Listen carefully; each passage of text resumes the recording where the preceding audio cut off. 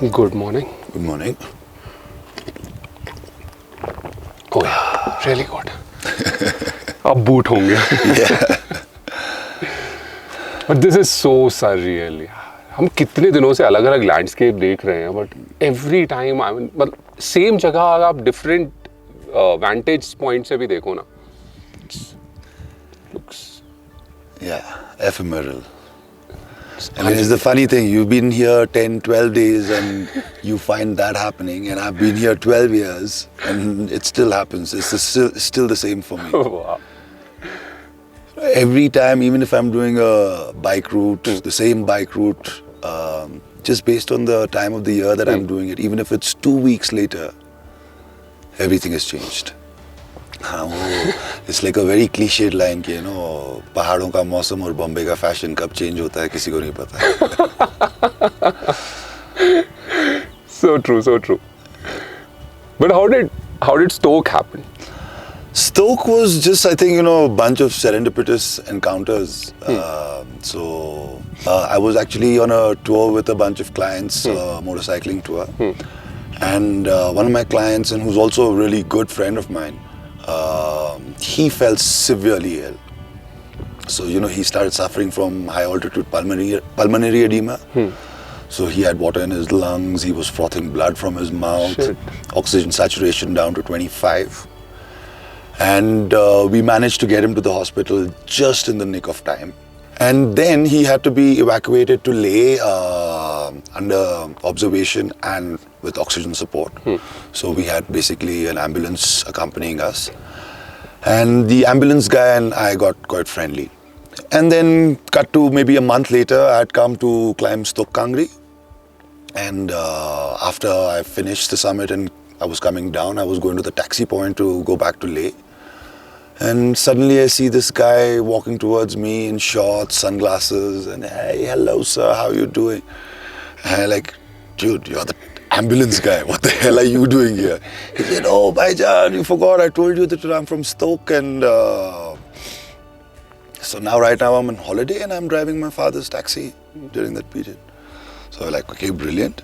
And then he says, Bhaijan, I'm doing some construction in my house. Why don't you come and give me some ideas? I'm like, sure. And I come to his place and he's building 2 rooms above his existing house. And I give him some suggestions saying that, why don't you do this, why don't you do that? And he's happy to oblige. And, little more conversations are happening and he's kind of talking to me saying that, just asking advice on how he should go about doing it.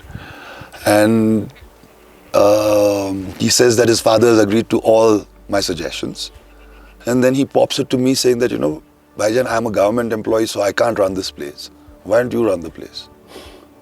And I'm like not thinking guest house, I'm thinking a place for me to stay and, a place for my team to be here when they visit me from Manali, or a place to park my bikes. Right. And then one thing led to another, and here we are. We have a lovely little guest house. We have a vegan cafe, a farm-to-table concept. Yeah. So serendipity is all I can say. Exactly. That's what I was thinking. सुनते हुए भी मेरे को ऐसा ही feel हो रहा था कि some things are so meant to be. Yeah. उस वहाँ पे taxi stand पे मिलना, and imagine you were not giving recommendations for somebody else's home. You were giving recommendations for your own guest house and cafe. Exactly.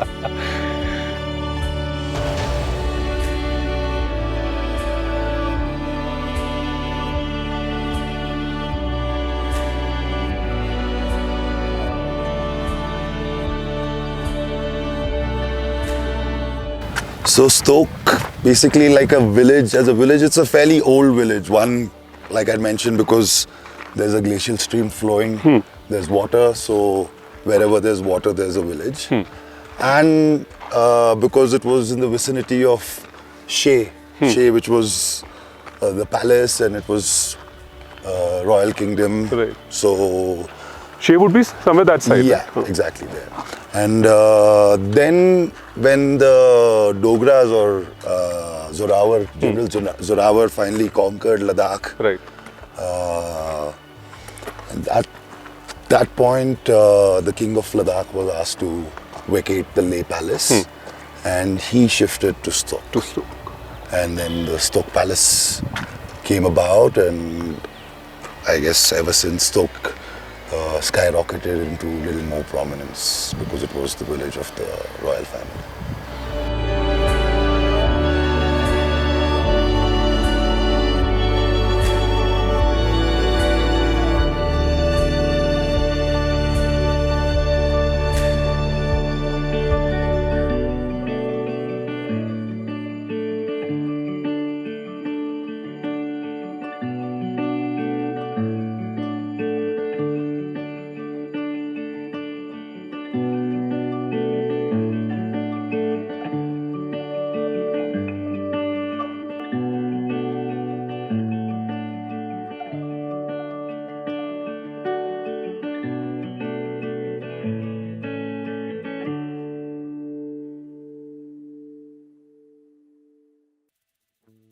Right in the center of the Stok village lies Kaya Cafe and Guest House. Run by Hashim and Pooja, this place can be a great alternative to Leh to get acclimatized in Ladakh. The guest house is teamed with a vegan-friendly cafe and an expansive organic vegetable garden. With a view of the majestic Stok Kangri peak, this minimalist yet comfortable stay is inspired by the traditional Ladakhi elements and can be an ideal base to slow down, take it easy, and soak in the stunning landscape.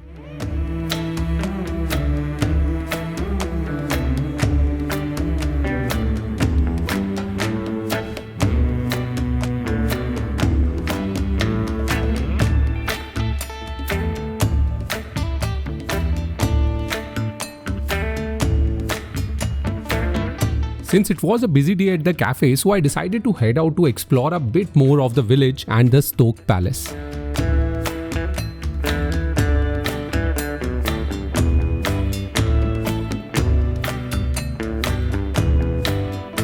Perched on top of the hill and overlooking the village, Stok Palace holds some of the most precious truths of Ladakh history and heritage. It's still a living palace and serves as the current residence of the former royal family of Ladakh. A part of the palace has been converted into a heritage hotel and the rest has been turned into a museum that showcases the artifacts of the dynasty.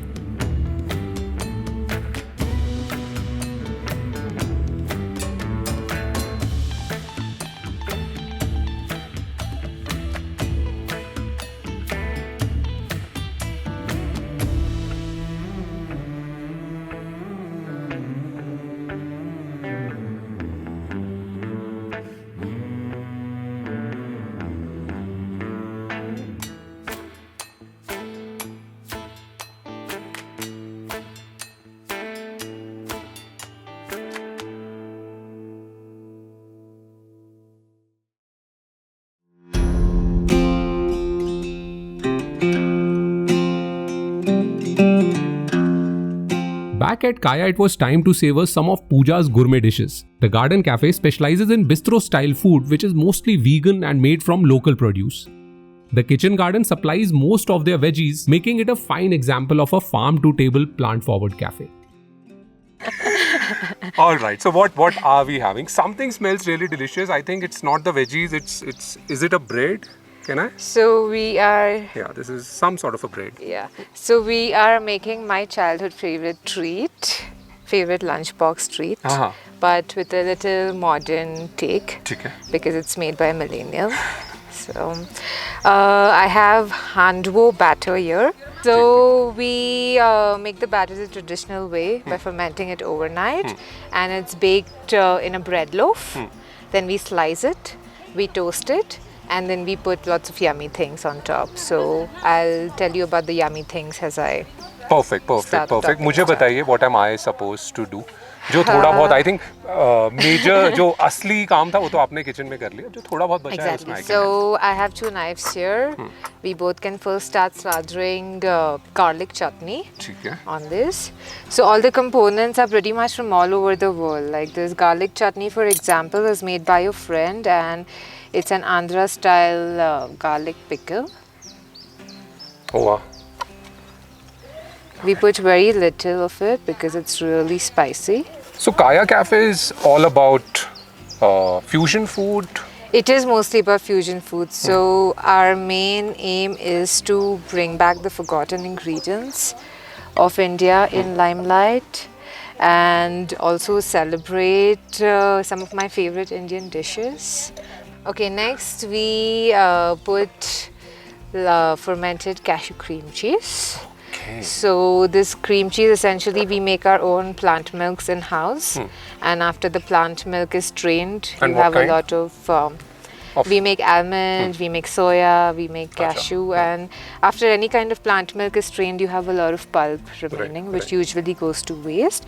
So with our cashew pulp, we just like kind of rehydrate it and then ferment it and grind it to a smooth consistency to make this Got it. cashew cheese. It is flavored with wild garlic, chives, like not the Can't root. wait to taste. I know आप ये सुनना चाहते Here थे you go. कि can't wait to slather it, but उससे पहले थोड़ा सा taste. Oh wow, yeah. So this ferment, we keep it slightly sweeter. It probably tastes a little like curd It does. to you. So depending upon the culture we use, it gives different flavors. So when we want a sour cream cheese, we do a lacto fermentation, Acha. where the lactobacillus is the culture. Here it's fermented using pumpkin miso, which gives it that slight Sweetness. sweetness to it. Yeah.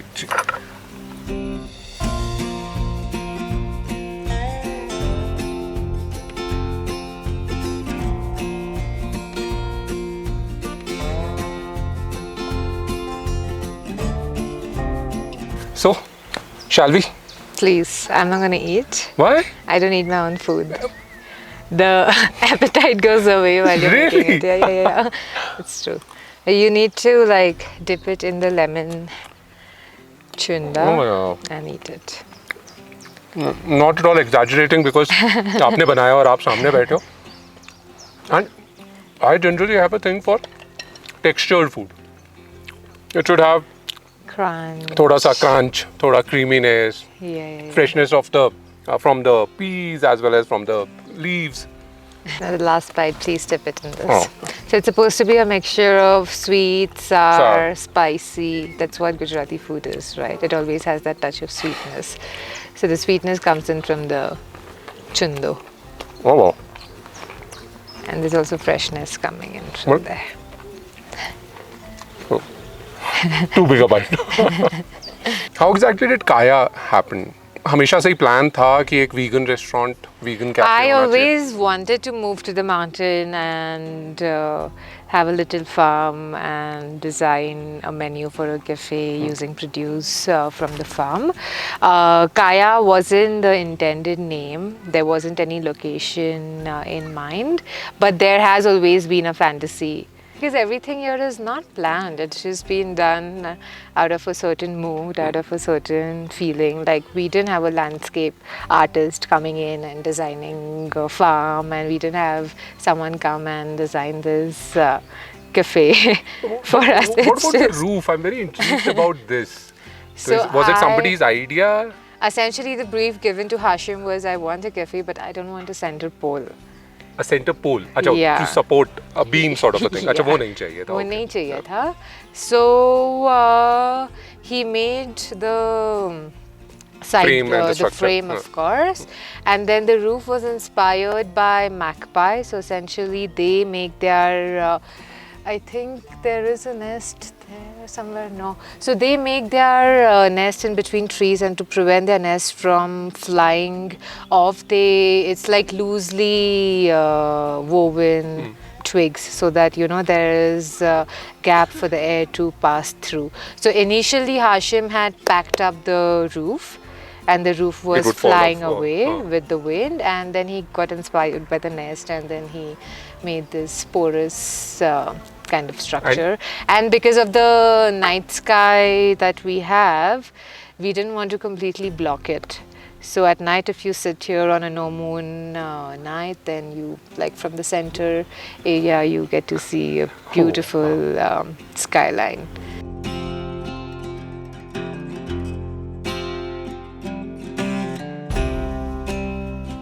Kaya is definitely one of the best places around Leh. As soon as you enter, you're left impressed with the upcycled rustic setting inspired by the traditional Ladakhi elements. While Pooja is a chef who quietly works magic with her food, Hashim has a box full of interesting stories from the road and beyond. After 2 weeks of hectic and adventurous journey in the difficult terrains of Ladakh, this was a much needed break for my mind, body and soul.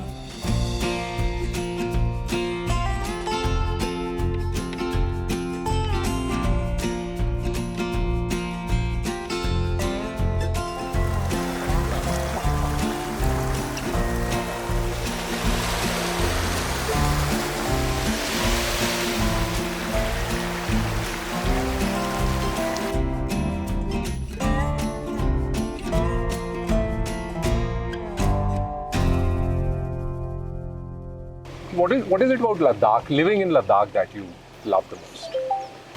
I think the views, the light, the quality of light and light play is what mostly does it for me. And एक ही दिन में multiple variations of light you can Yes.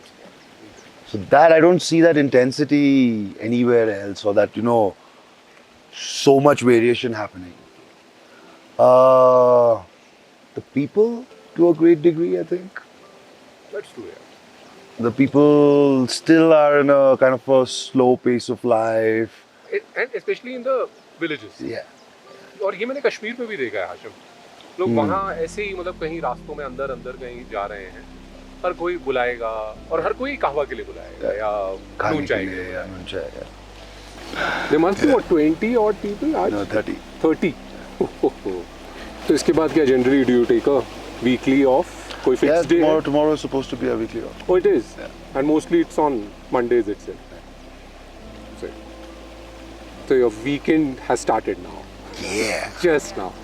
Absolutely.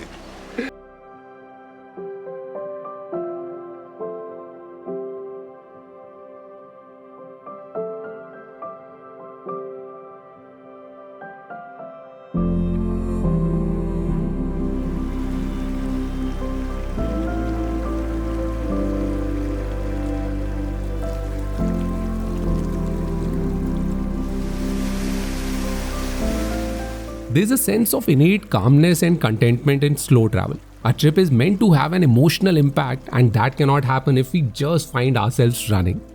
Not having hard-bound plans has its own benefits. Like in this cold, barren desert, we were rewarded with fresh showers followed by not one but 2 rainbows. It was like someone up there was happy to see us slow down and lose ourselves at this place. Sometimes let's try not to see everything on our list. Or even better, don't make a list at all.